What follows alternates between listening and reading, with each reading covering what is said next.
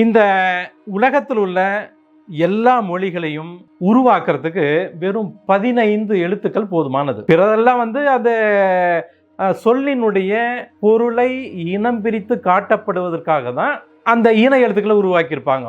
3 விதமான நகரம், ரகரம் இப்படியெல்லாம் வச்சிருக்கோம் இல்லைங்களா?